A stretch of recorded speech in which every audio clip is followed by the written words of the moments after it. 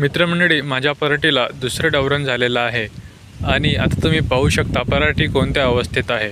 या पराठीला खताची आता आवश्यकता आहे, कारण 1.5 महिना या पराठीला होत आहे।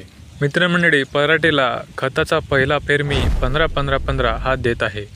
खत 15-15-15 या खतामध्ये सर्व प्रकारचे घटक असतात, त्यामुळे कोणत्याही प्रकारचं जसं की फॉस्फरस, पोटॅशियम किंवा मग झिंक इतर अशा कोणत्या प्रकारच्या बॅगा त्यासोबत देण्याची आवश्यकता राहत नाही।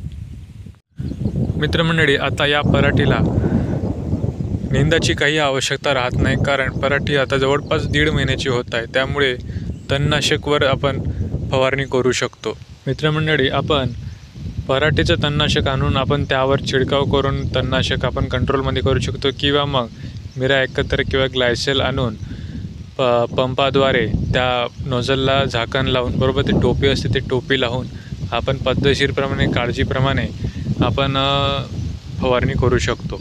मित्रमंडळी, जर पराठीचं फक्त औषध आणलं तणनाशक तर ते थोडं महागात पडेल, त्यापेक्षा आपण मिरा 71 आणून किंवा ग्लायसेल आणून त्या पंपाला नोझलला आपण झाकण लावून पद्धतशीर जर मारलं काळजीप्रमाणे, तर आपली पैशाचीसुद्धा बचत होऊ शकते आणि सर्व प्रकारचं तणसुद्धा मरून जाईल। फक्त आपल्याला पराठीची आणि तुरीची काळजी घेणे आवश्यक असते, जसं की त्यावर ते ग्लायसेल किंवा मग मिरा 71 जे औषध आहे त्यावर ते उडलं पाहिजे नाही, फक्त एवढी काळजी आपल्याला महत्त्वाची असते। तर मित्रमंडळी, दुसरं खत मी 15-15-15 हा देत आहे। तर तुम्ही पराठी पाहू शकता, मी झूम करून दाखवत आहे। म्हणजे एवढी उंच ही पराठी झालेली आहे, तर एवढी चालून जाते।